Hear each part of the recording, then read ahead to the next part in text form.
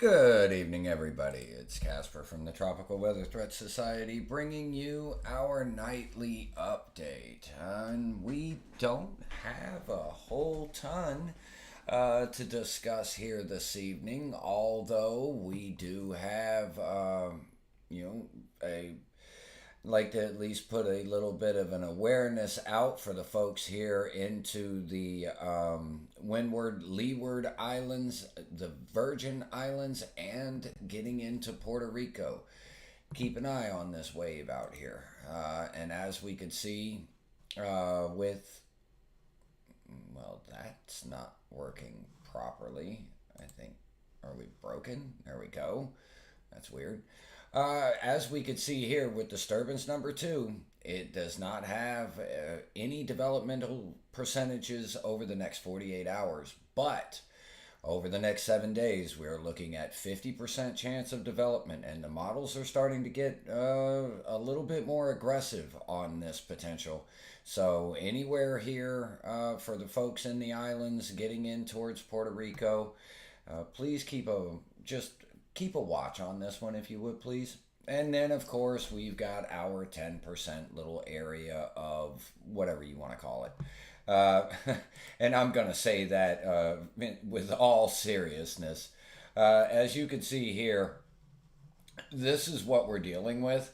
There is a small area of low pressure right there. You'll see it rotating, and then maybe another one right there as well. This is all associated with this stalled out frontal boundary. So again, little areas of vorticity can spin up along these frontal boundaries rather easy, but it is in extremely hostile conditions. Um, as you can see, you have stable air coming in from this general direction, dry air, and then on top of that, you see these clouds here, and they're all racing this way. That's indicative of a great amount of shear into the upper levels. And then we also see this little area of spin down here. Again, that's not even noted. And then as you can see, hostile conditions again. So the basin really isn't too overly conducive for development right now, although that wave out there may have an opportunity. Taking a quick look at Earth Null, just to show everybody, for down here, we've got our little spot, our 1010 there. And then we've got our other area that is exiting the African coast in this generalized region right here. It has come off the coast today and will continue to go forward.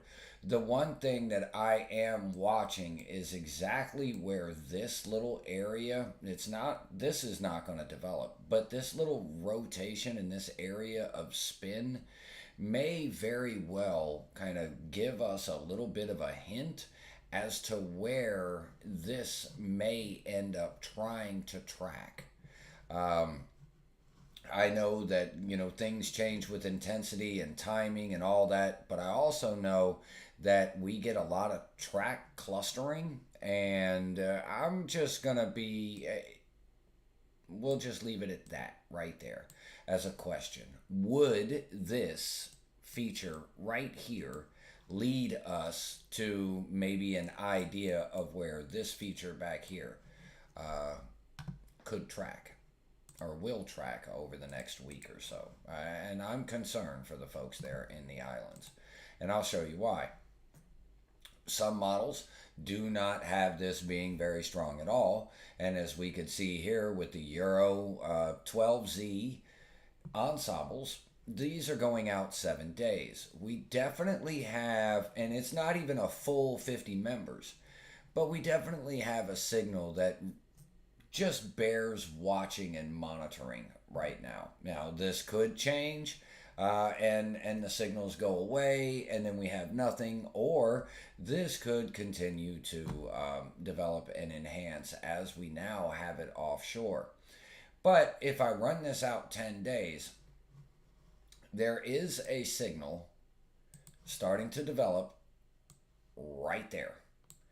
Now, we're going to go through all the models. I'm not sold on this yet.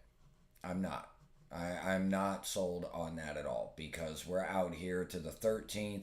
The models are hinting 13th through the 15th, which, all right, in some cases, yes, but then there's other cases that maybe not. So I'm just going to have to see if this remains consistent. But we may start to see the development of a Central American Shire feature as we get into the latter part of week 2 here in October. Now, again, these tracks, it it does give me a little bit of concern because, as you could see here, there is almost two camps. One camp, and the GEFS highlights this very well. One camp right here is a little bit earlier with its development, as you could see, and then that finds its the first weakness in the high and is able to take advantage of that and get further up to the north and away from the islands. But then there's a second camp right here. It's kind of splits right here, with this next one going a little bit further south and taking a little bit more of a concerning approach for the folks there in the islands. So please just, again, way too early to make any kind of determinations, but just please keep an eye on it. Pushing this out to 10 days, as you could see, folks, there is just pure sloppiness associated with the stalled out frontal boundary. As we get down towards the very end of it, though, we're starting to see maybe right there. And we'll definitely be keeping a watch on it. I monitor the Central American Gyre. We're into October. I stalk it like a hawk. But again, it is something that I am just getting a little concerned here for the folks into the islands, and would just recommend monitoring the progress of this 50% chance of development disturbance. Now, if we look at the Euro AI, unfortunately, we never got the 12Z, did not populate here on weather models today. If we look at the 6Z, it was quite a bit weaker. And what I would also like to note out, there's not much signal here. Nope. Everything is associated with this stalled out frontal boundary. That's what the AI is calling for. And if we compare that with the Google DeepMind, running this out, we could see that there's a 4% chance there in the Western Caribbean, a 10% chance in the Southern Gulf. We are looking at, maybe a 6% chance here at this area into the Bahamas now. But look at this cluster right here. This is our disturbance. Now, we're out almost 6 days at this point in time. We do not have 50 members. So it is not a guarantee that this is going to develop. Although, again, we are seeing hints of that kind of differentiating track. You've got this camp here, and then another camp here, and this one goes out that way. So it's questionable, certainly right now. We obviously do not have a storm that is developed, so there is nothing to track. This is all hypothetical, and so we'll have to see how the models adjust and adapt now that it's gotten offshore. And especially if we get some kind of consolidation to really monitor and maybe get an invest tag on it, that may allow for a little bit more of a better signal what we're getting on there. Now, if we run this out towards day 10, and just look, there is something from the deep mind, not a lot. Again, each one of these dots represents 2%, and it's all probability. So right now you're looking at 6, 7, 8, 9, 10 overall in this entire region. So it's 20%, folks. So well, it's something that we'll have to continue to monitor, but it is certainly nothing to be concerned with at this time. Looking at our deterministic runs with the euro on the left and the GFS on the right, this is our 850 millibar vorticity models. This represents areas of spin approximately 1 mile above the ocean surface. As we continue to run this forward, as you could see, we do have the potential for Eastern Pacific development. We are starting to get an earlier consolidation here and a focusing of that energy on the northern side of the overall wave pocket. We're starting to see that low develop here on the GFS. The euro still lags behind in some of that consolidation of energy. And as you could see, by the time that we get to day 7, some of that energy, we have a storm here, but then it's losing some of the energy on approach. So this would be a very good thing to occur. But the euro also calls for it to be in that similar area. So if something is going to be there and it does develop, it's likely going to be in that general vicinity. If it doesn't develop, it doesn't need a name to cause impacts. This could lead to some pretty heavy downpours and thunderstorm activity. And as you can see with the GFS really didn't give up on this. And quite disorganized, tries to refocus its energy right over the top of the Virgin Islands and just east of Puerto Rico, and then begins to pull northward in response to this developing low pressure here off of the southeast coast of the United States.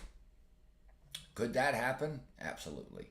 And we can certainly see that there's going to be a digging trough and a pretty potent low pressure system and frontal boundary that'll be moving through. So again, this is one of the reasons why, if we look at the 250 or the 850 millibar vorticity and we just run this forward, we know that, like the Central American gyre is trying to get developed. But if we look at it on the euro, it is still back here, just north of Panama and Costa Rica.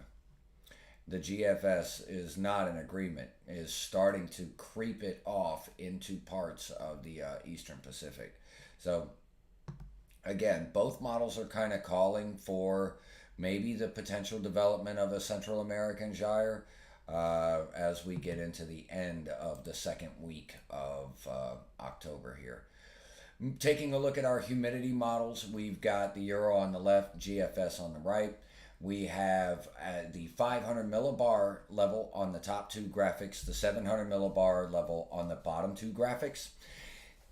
The 500 millibar level is representative of approximately 18,000 feet above sea level. The 700 millibar level is around 10,000 feet above sea level. So our browns represent our dry air, and our greens and blues represent our moisture. If we start to run this forward, we will note that there is a decent amount of moisture with this frontal boundary, even if we come out 5 days. The rainfall doesn't really end, especially for folks here in Florida, southern Florida. This would be welcome. And as you can see, 500 millibar with a little bit of moisture transfer right there. But all in all, this wave down here has quite a bit of dry air that it is going to be contending with, because look here at the 500 millibar level. And we've seen so many storms, throughout this season be overtaken and overcome by the dry air, and that's why it's not a 100% chance that this particular wave would develop. But the models are trying to be a little aggressive on it, and if we look on both models as we get into, here we are, day 7, right? Both models are agreeing with a very, very potent low pressure system and cold front that would be entering the scene right here. You've got a low right there and a low right there. They're not far off from one another at all. And then you've got that subsequent frontal boundary coming in and pushing down on this region. So if something were to develop, and it would be Central American gyre, this is why at the end of the run, the Euro is trying to develop the Central American gyre here, as to where this GFS has slid it out a little bit more over here. So if something were to try to develop here, this is what it's got to contend with. That, with this low pressure, is likely going to draw anything that would be there northward. So it is going to have to be something that we keep a continuous eye on. We just need to get to Halloween.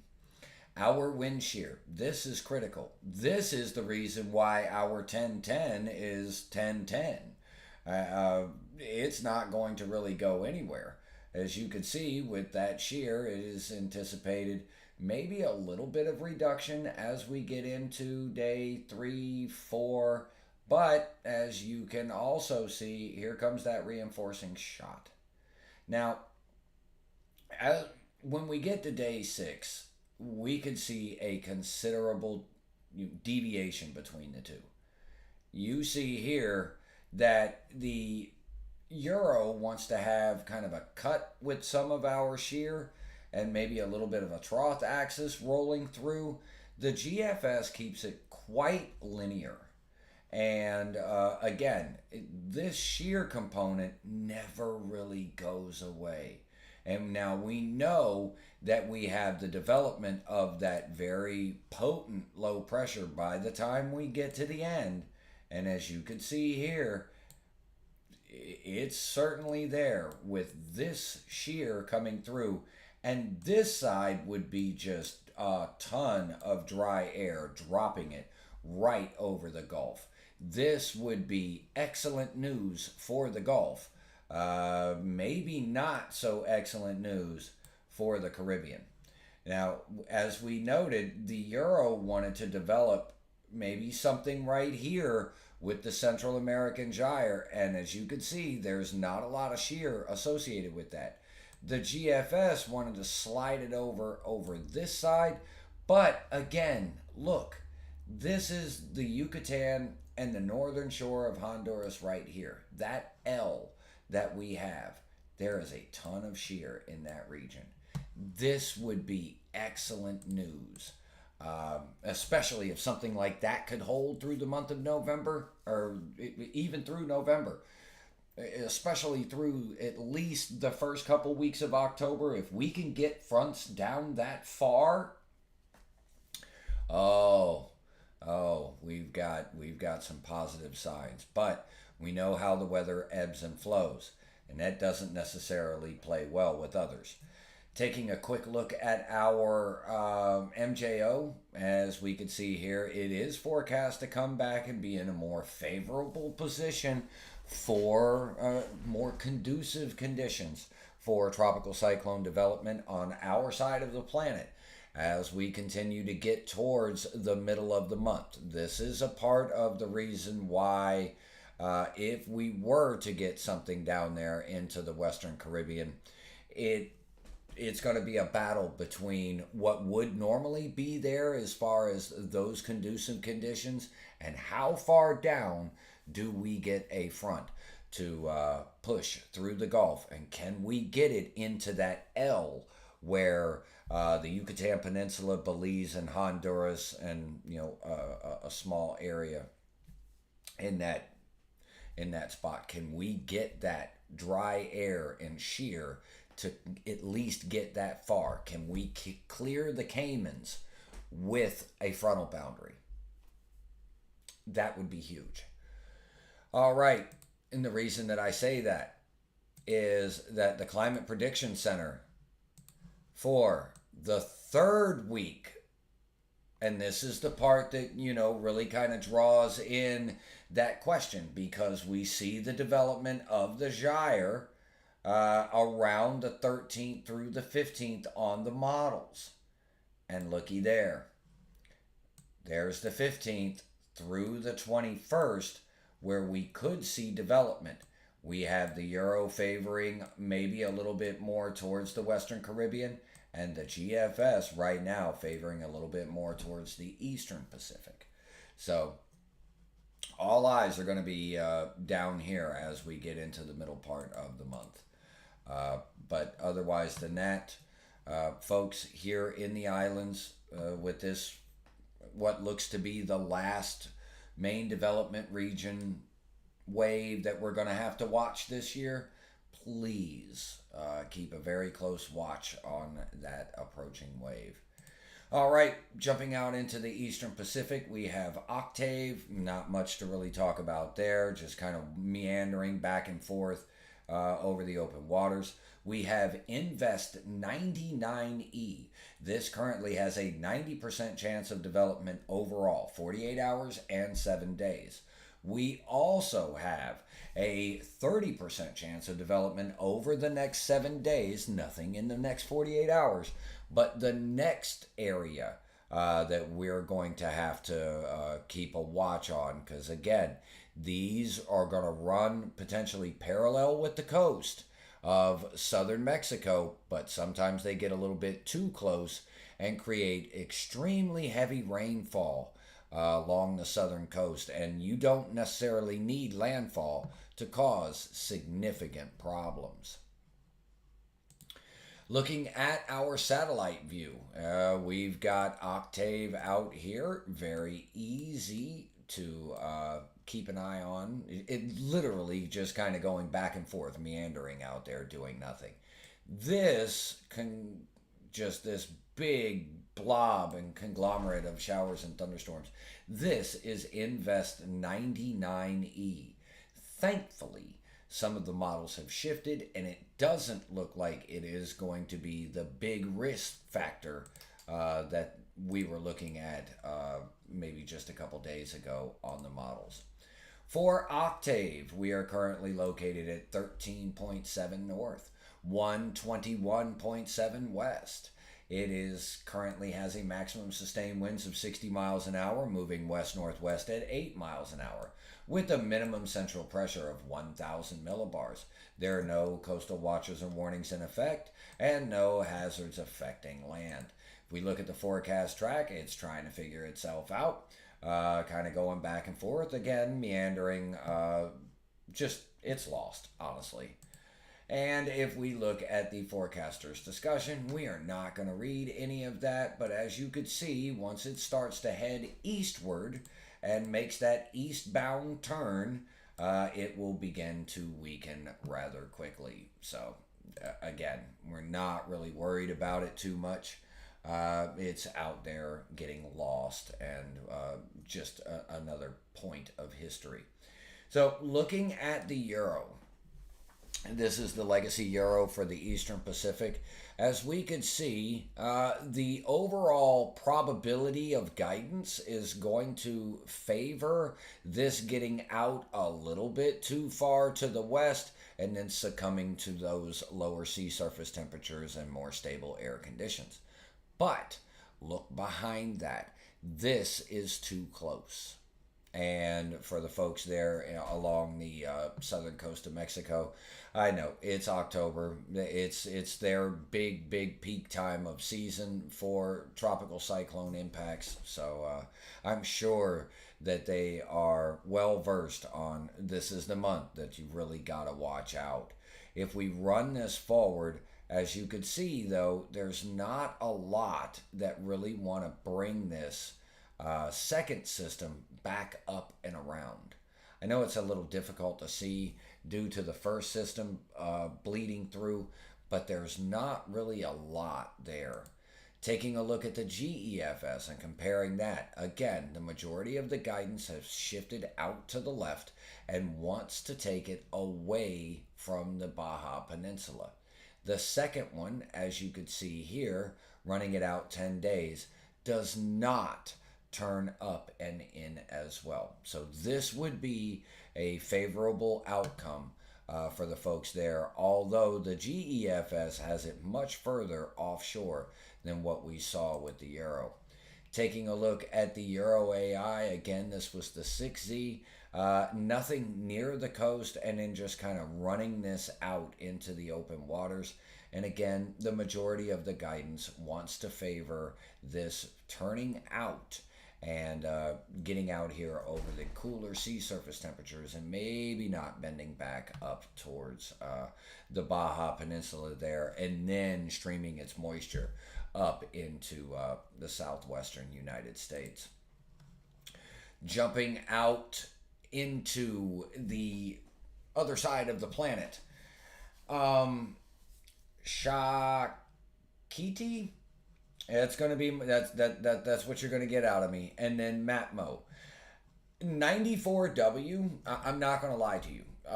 Probably the most riskiest system on this entire map is 94W right now. With some of the models and the ensembles are going absolutely bonkers with intensity with 94W. Maybe Cat 4, Cat 5 status. But again, we have this tropical cyclone out here into the Arabian Sea, and I did not pull that particular graphic up, but as you could see here, forecast to come out, maybe not go as far as Oman, getting stopped, turn around, and then succumbing to the hostile environment, but is forecast to reach basically category 1 hurricane status, even though this is considered a cyclone out here.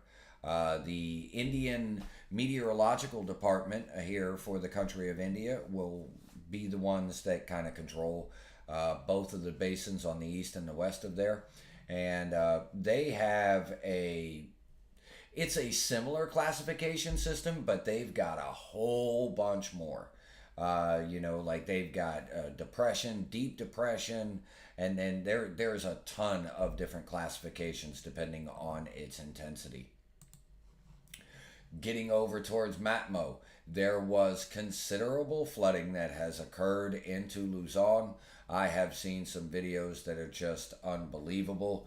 I've also gotten word that Buyale that moved in out here into Vietnam and dumped a ton of rain. There's numerous fatalities.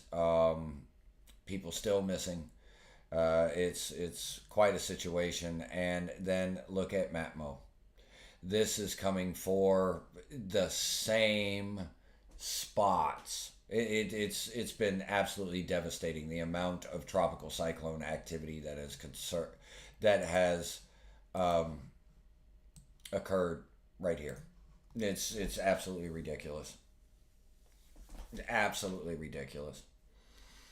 I mean, it's just one right after another. It's been week after week, every single storm, week after week after week. It's ridiculous. I'm serious. Powerful, majors, in betweens. It's honestly, my heart, it breaks for these people. It really does. It is absolutely disastrous what has occurred in this portion of the world this year due to tropical cyclone impacts. All right. Oh yeah, no, no. If y'all are talking about pronunciation, you guys can hang it up.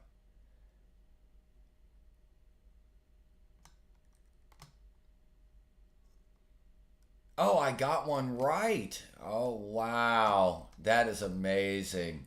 Haha. Yes, and good evening, everybody. So that have been saying there in chat. I just now checked on it there. So that's about all I've got here for tonight. I'm not going to waste y'all's time with a bunch of jargon there.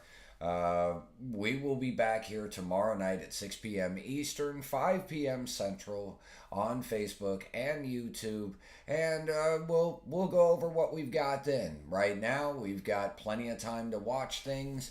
Hostile conditions for our area of interest out here into the Bahamas, and plenty of time to watch that area out there coming off of Africa. So until tomorrow night, folks, we'll go over it. Maybe we'll have a new storm out there in the Eastern Pacific. The odds favorite, 90% chance over the next 48 hours. So we'll see if we get a name on it. I'm gonna say that we'll at least get a tropical depression. May get the name out of it nonetheless. So have a wonderful evening, everybody, and we'll talk to you again tomorrow night. Good night, all.